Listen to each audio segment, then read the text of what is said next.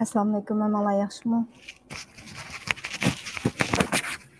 Kanadaning poytaxti Ottawa shahridan sizlarga salom. Guli Maqsud kanalidan.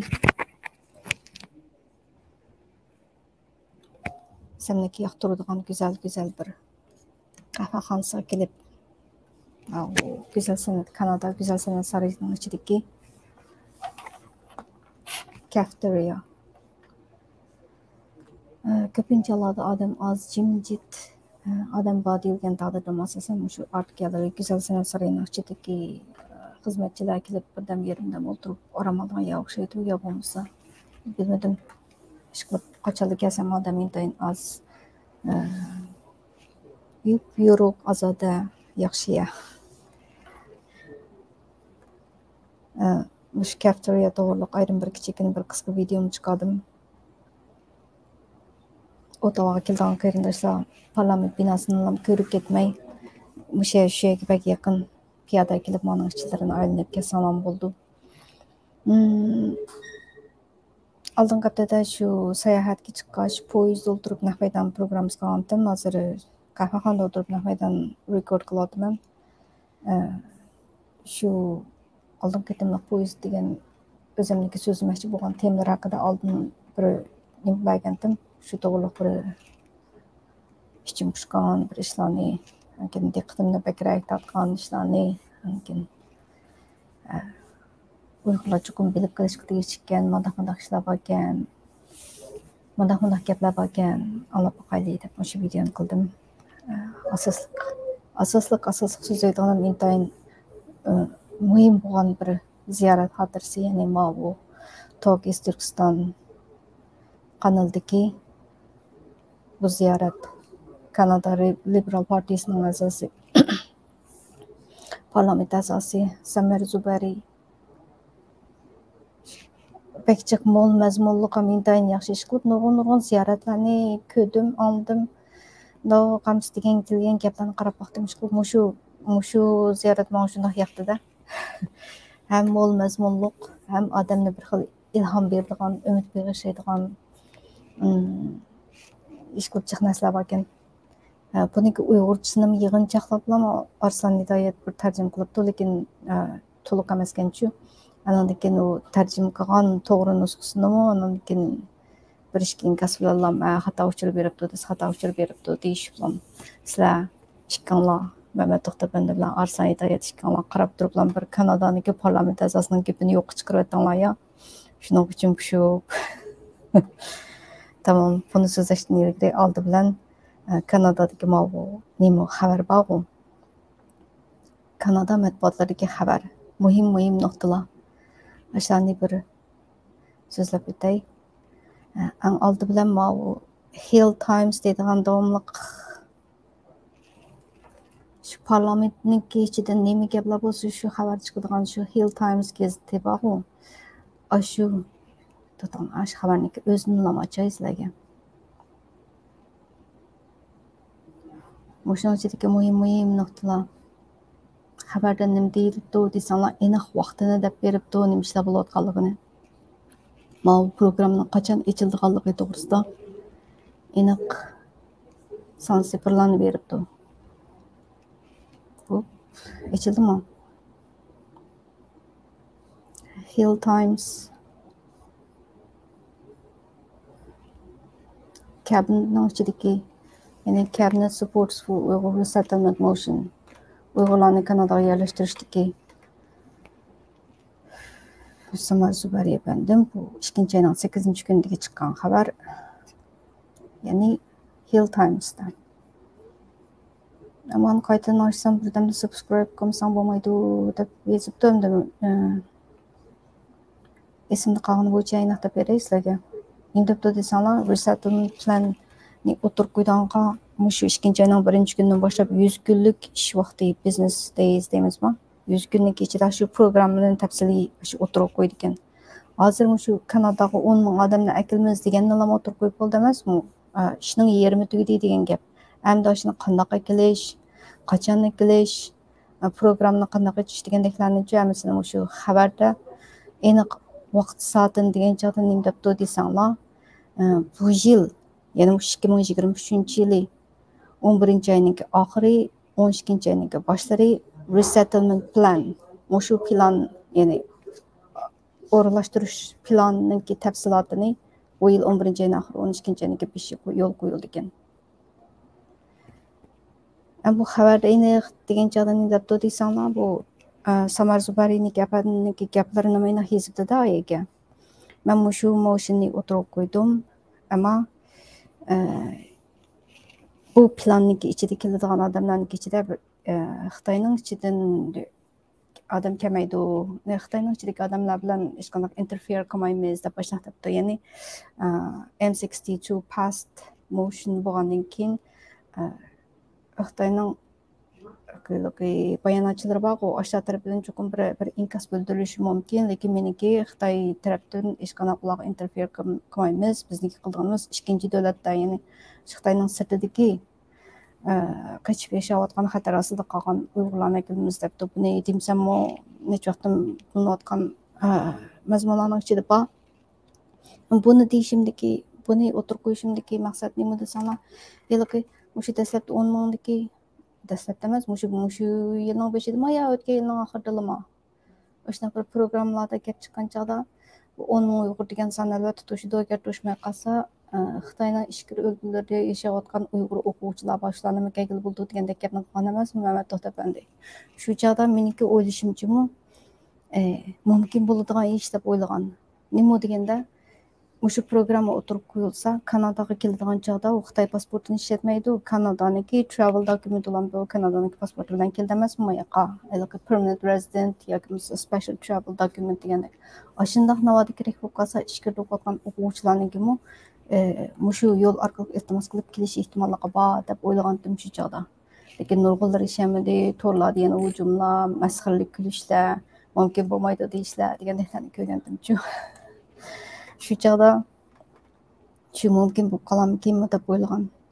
Endi parlament a'zosi Samar Zubariy xabardagi aniq so'zni elib aytgan chog'da Xitoydan kelmaymiz, sirtqi davlatdagi Xitoyning sirtidagi boshqa davlatlarda yashayotgan, ya'ni Xitoyning zulmidan qochib yashayotgan, qo'rqinish, xatar ichida qolgan Uyg'urlar debdi. Ham o'shaninki qani ikki nuqta nazar deb bo'ldimi? Birovninki vaqti resettlement plan, planni o'tirib qo'ygan vaqti bu yilning oxirgi 11 ayninki oxiri, 12 ayninki boshlari. Xitoyning ichida emas, Xitoyning sirtidagilari debdi. Endi pasport ishi kelgan chog'da ikkinchi bir davlatniki pasportini ep bo'lganlarmi, ya'ni masalan Turkiyaning pasportini ep bo'lganlar shularmi kelalamdi degan chog'da mushu programmada bak aniq deb tikandik. Qandaqlar keladi deganga mushaga yaxshi diqqat qilaylik. Bu so'g'u boshdan oxir hammasini bir tarjima qilib bersam yaxshi.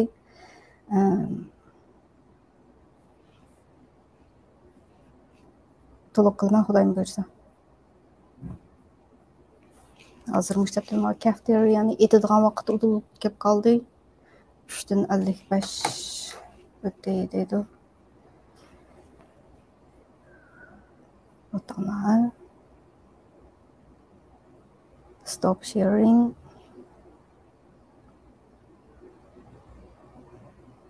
Ashna qilib sizlar bu Kanada parlament a'zosining gapini chiqarib bilish bilan yo'q chiqarayotganlar desa, mayli boshqa davlatning pasportini ep bo'lgan bo'lsin, yo qo'lda hech qanday davlatning pasporti yo'q bo'lgan bo'lsin, ish qilib Xitoy zulmidan qochayotgan bo'lsa, xatar ichida qolgan bo'lsa, iltimos qilsa bo'ladi debdi. Unda sizlar Facebookga chiqib ham yo'q unda bo'lmaydi. Turk pasportini ep bo'lganlar bo'lsa bo'lmaydi debsizlar. Bo'ladigan bo'lmaydiganligini Kanada deydi ekan mana. O Arslan sizmi bir obdan tarjima qilib, hammasini aniq o'tirib qo'yib berib, oqidan To'xtapanniki bir inkasi bilan o'zingiz o'zgarib qolibsiz. Samar Zubariy bilan paranglashsangiz shu tarafga o'tadi ekansiz.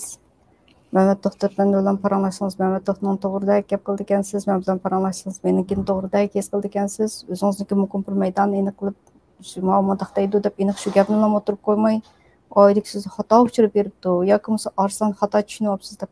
Arslan bir Avstraliyada tug'ilgan Uyg'ur inglizchasi tushunamagidek darajada undaq nachar emasdi. Ish qilib kulgan gap, ishkanlarnikiga qarab turib Uyg'urlarni ahmoq qilgandeklar bir ish bo'ldi u.